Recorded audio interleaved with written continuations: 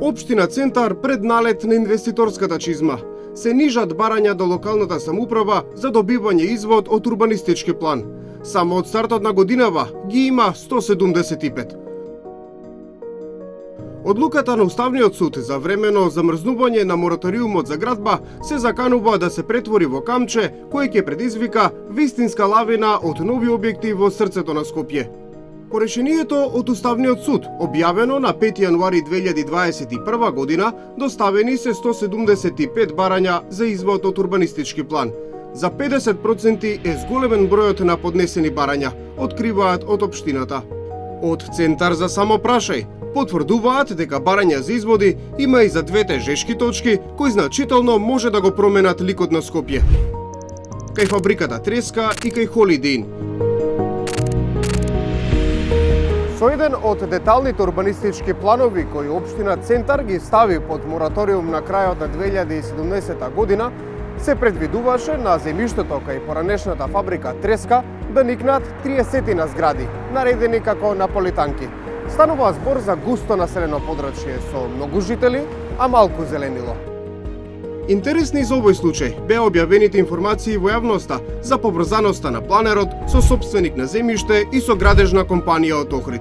Случајно или не, и иницијативата до Уставниот суд за мораториумот ја поднесоа двајца охриѓани. Деталниот урбанистички план за потегот кај хотелот Холидейн исто така беше под мораториум. Ситуација што се промени со одлуката на Уставниот суд. Барањето за извод од урбанистички план покажува дека и во овој случај борбата за јавниот интерес е далеку од завршена. Огромниот паркинг спроти хотелот Холидейн ќе биде уште еден тест дали јавниот интерес е поважен од приватниот. Овде во деталниот урбанистички план беа нацртани 360 катници, поврзани со 20 катници. Стара идеја што се актуализираше со продажбата на земјиштето. Никој нема против да се остварува профит. И нормално е да се остварува профит. И секој работи за профит, меѓутоа профитот мора да го предпочита јавниот интерес. Значи, не можеме ние да се доведеме во ситуација на рачун на јавниот интерес и на јавните површини да остваруваме профит. Наградуваниот архитект објаснува, урбанизмот е мултидисциплинарна наука во која порано во планирањето биле вклучени и економисти, психолози, социолози, еколози и демографи, со цел заштита на јавниот интерес и создавање современи и хумани услови за живот. Се внимавало од тоа колку зеленило, градинки, училишта и амбулантики има, до тоа колку гранапи и занаетчиски дуќани. Денеска урбанистичкото планирање е сведено на задоволување на одредени интереси. Лични интереси, партиски интереси, интереси на моćниците и на партиски функционери и на раководители на општини и на градови. Така да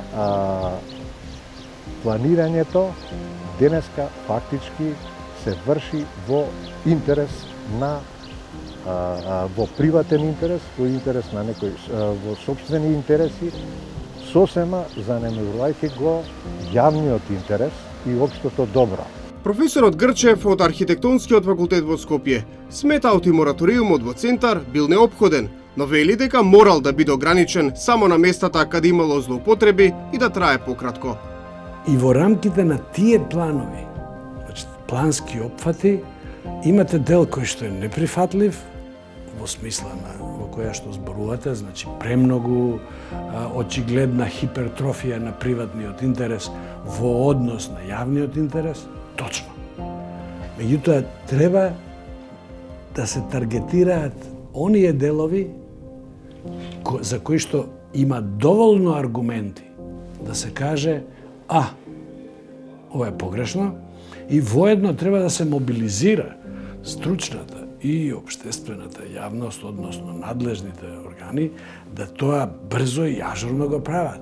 Денешните згради се оставени уште во планирањето да зависат од желбата на станарите и на инвеститорите кои бараат квадрат повеќе, па наместо квалитет се добива квантитет, објаснува Грчев, кој е и поранешен градоначалник на Центар. Приказната цело време се мистифицира. Тоа е некоја урбана мафија.